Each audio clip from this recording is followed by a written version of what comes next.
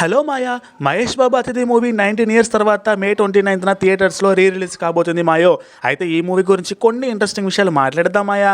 అసలు అతిథి మూవీని డైరెక్టర్ సురేందర్ రెడ్డి గారు ఫస్ట్ జూనియర్ ఎన్టీఆర్కి వినిపించారంట మాయా.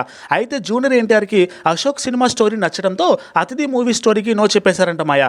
అంతేకాకుండా జూనియర్ ఎన్టీఆర్ఏ స్వయంగా ఈ కథ మహేష్ బాబుకి అయితే సూట్ అవుతుంది పర్ఫెక్ట్గా అని చెప్పేసి డైరెక్టర్కి సలహా ఇచ్చారంట మాయా.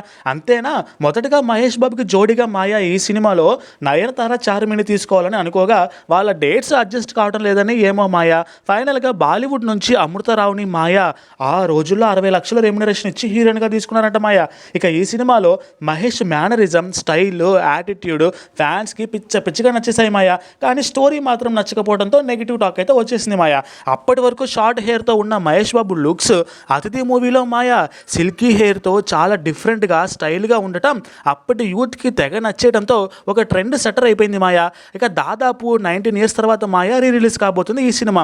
అంతేనా, ఇక ఈ సినిమాలో అమృత గ్లామర్, మహేష్ బాబు సిగరెట్ తాగుతుండా ఉన్న స్టైలింగ్ వేరే లెవెల్ అనుకో.